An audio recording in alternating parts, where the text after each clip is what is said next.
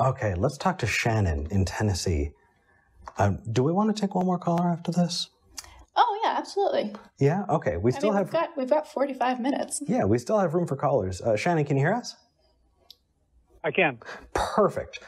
So, people watching, give us a call. Now's the time.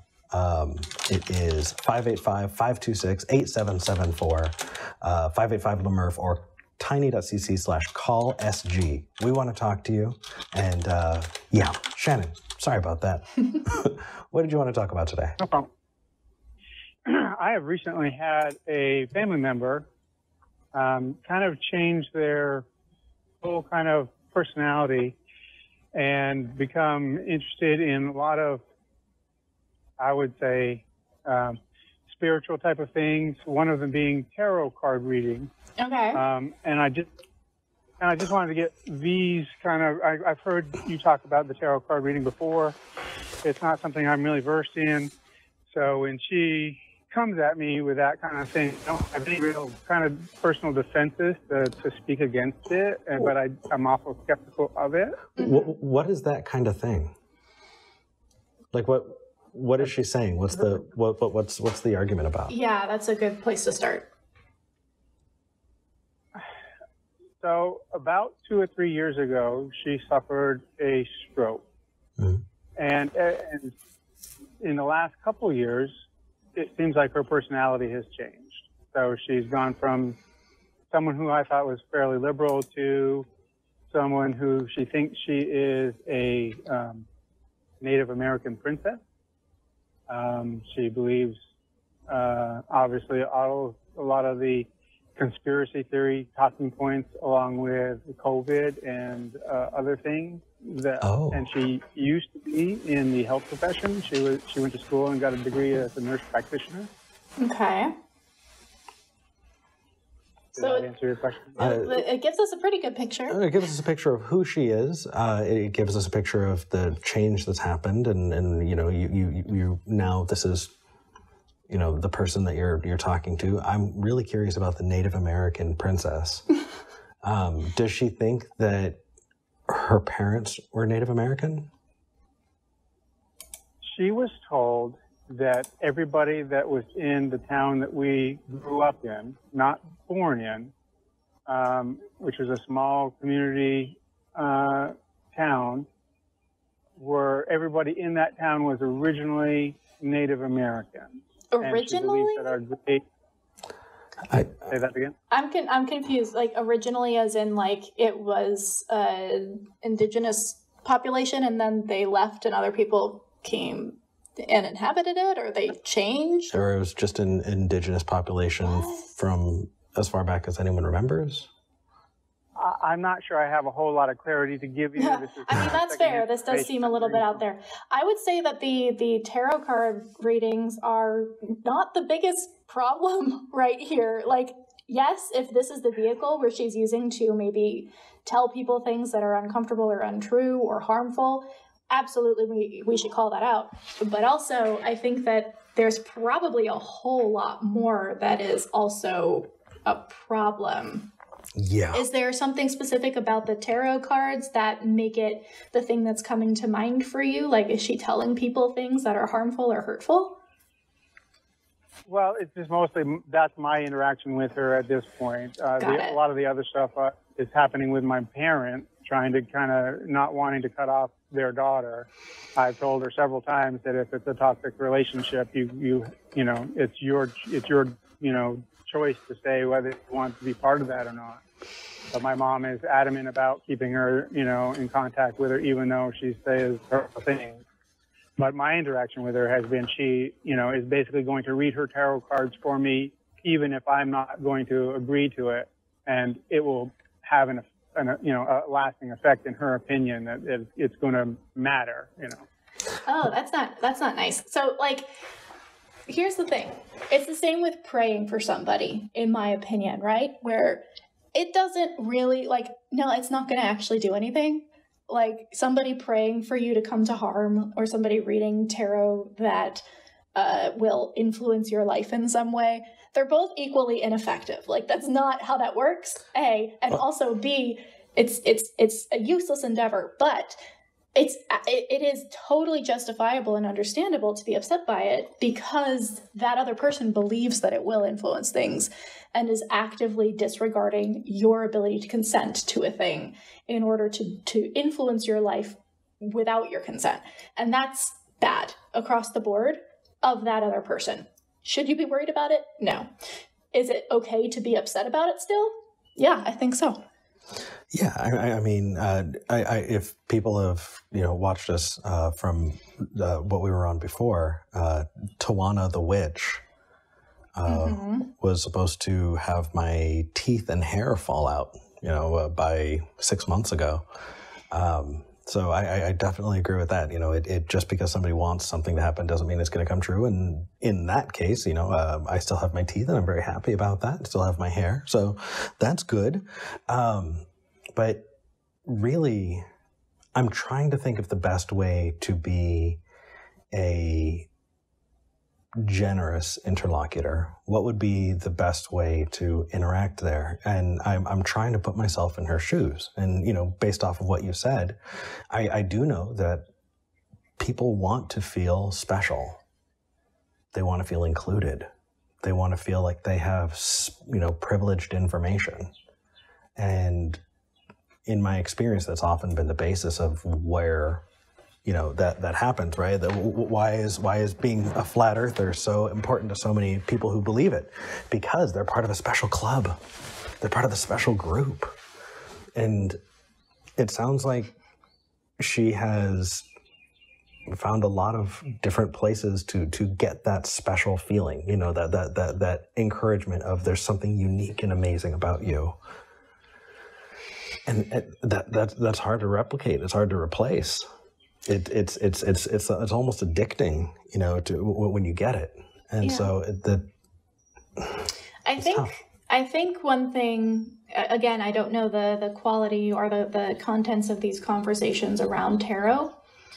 I don't think right now the concern should be necessarily debunking it to her. Like, clearly she has other things that are also very much out there and not real happening in her brain. And so it's probably going to be a very big uphill battle to try and get her to think critically about a lot of these things. But what she might be trying to do, especially if she's had a stroke, especially if you've noticed certain changes in her personality or her relation to reality, it might be a way that she's trying to communicate with you, right? I don't want you to put yourself in a situation where you feel like you are being attacked or you are being, in any way made uncomfortable or any non-consensual situation. But I might engage with this in a way that opens up a door for conversation, because it could be that this is a vehicle that she's trying to use to communicate. And of course, this is me talking out of my ass as a stranger on the internet, right? This isn't an official diagnosis. I know nothing more than you've told me, but it could be useful, because ideally the way that tarot is supposed to work and the way that it is helpful is it creates that dialogue between two people, and it can help you sort some things out just by thinking about things in a different way. And if you can get to a place where you're using it for that and not using it as some kind of hocus pocus spell work, I'm going to do tarot on you. I'm seeing the future. But the thing that I don't understand is how you could do tarot to somebody without their consent. Clearly she doesn't know what she's talking about. Yeah. But ultimately, it sounds like she's got a lot of growth to do, and you can't make her. And people in the comments, I just want to be super, super clear. Just because somebody had a stroke and they changed in some way does not mean that change is being caused by any kind of brain damage, because there are lots of people who don't have strokes that believe these same things too. And so she deserves the same consideration as anyone else. And to leap to that conclusion would be really shitty on our part. So I know people in the comments in the live chat aren't trying to be mean, but I just want to make sure that we're holding ourselves to a higher standard, and we're making sure that we're treating somebody with dignity, respect, and with the understanding that the choices that they're making are theirs. Yeah, and I guess the reason I mentioned that was just because that's kind of one of the correlations that we've kind of seen looking back as to try to, what's different type of thing. Right. And both of what you said was extremely helpful, both Eric and both V. And my wife has even said the same thing, that it's her way of kind of communicating. I guess what kind of brought it to kind of where I wanted some advice about it was during Easter, just out of the blue, while we were on kind of a family Skype call. She just started to kind of center in on me and, kind of just tell me what her beliefs were. And she uses loaded language. Oh, yeah. Like something like we're all mutants, and to make some kind of broad claim. And then I finally got to the point where I started to say, okay, well, you're going to have to define mutants for me. And then she defined something that was pretty much generically, normal. But she's using all this loaded language to kind of get a rise out of you. And for me, I said, we can talk about this if you want to, but I'm really not prepared for it. And I even said, why don't we just talk about something else? And then she didn't respect that boundary and kind of came at me again. And so I kind of felt, one, I'm not in like a surprise situation in those regards. Yeah. I mean, at that point, yeah, if they're not respecting your boundaries after you clearly set them, they don't get to be active with you unless it's on your terms.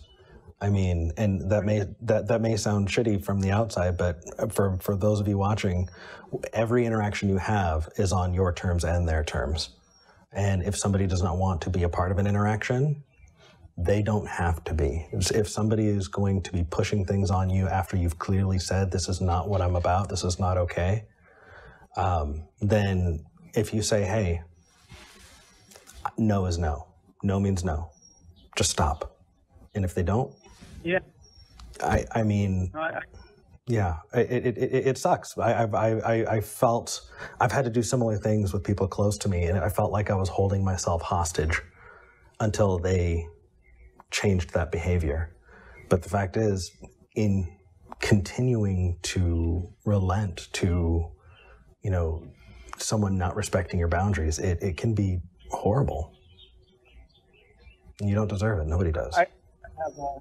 I have a hard time reconciling that when I agree with you, Eric. And between that and what V said of trying to, not shut them out completely, and maybe, if they're trying to reach out and have some kind of conversation, I do agree. And I definitely felt uncomfortable, and I really haven't talked to her since. And it's just, but that kind of, it stuck with me for so long, of just thinking that, hey, I felt attacked. Yeah. Yeah.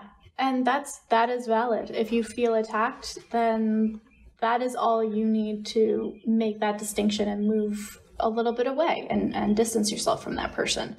And especially in a situation like this, where maybe a sit down, rational conversation isn't on the table, then you don't have too many options. And I want to make sure that we acknowledge that, right? Because this isn't on you to fix. You don't have to fix anything. This is not your problem. If you wanted to say tomorrow, you know what, this person is making my life more difficult, and I don't see a way to resolve that, at least not kindly and in a way that is productive, you are absolutely okay to walk away from that person, right? This is not something you should be taking on. But at the same time, if you did want to reach out, I think that might be an interesting avenue to take. The weird part of my brain is saying, you get a deck of tarot cards and then just tarot card her and just throw down Pokemon level. Just start throwing down cards. And, I would want to see it for just the entertainment value, but I don't know if that would help. No, I don't think it would actually. No. Maybe don't do that. Yeah. But Shannon, this was an incredibly helpful and useful conversation to have, because this is the problem with these kinds of coping mechanisms, right? A lot of the time they can divorce you from reality, and I guarantee you, if it was prayer instead of tarot cards, there would be fewer confused people. Yeah. Because one is a ritual that is accepted as normal, and one is a ritual that still has some like mystery around it. Not everyone does it. But both are harmful if you are using them to attack other people or make other people feel attacked. So thanks for calling in, Shannon. Yeah. Well, thank you both. Appreciate you. Thank you. Take care. It just makes me think, you know, the Native American princess thing. Oh, God. It's when you're talking about, you know, rituals and practices that people aren't necessarily comfortable with, that they didn't grow up with, a lot of people can fetishize other cultures in ways that it's gross. It's really gross. It's bad in the best of situations when you are in a position. I don't know the background or personal attributes of this person, but like when you combine the taking of a culture with the history of actually taking that culture, especially considering the horrific findings that are happening in Canada right now. Yeah. Just, it's bad. It's bad. It is. Also, just, yeah, don't do that.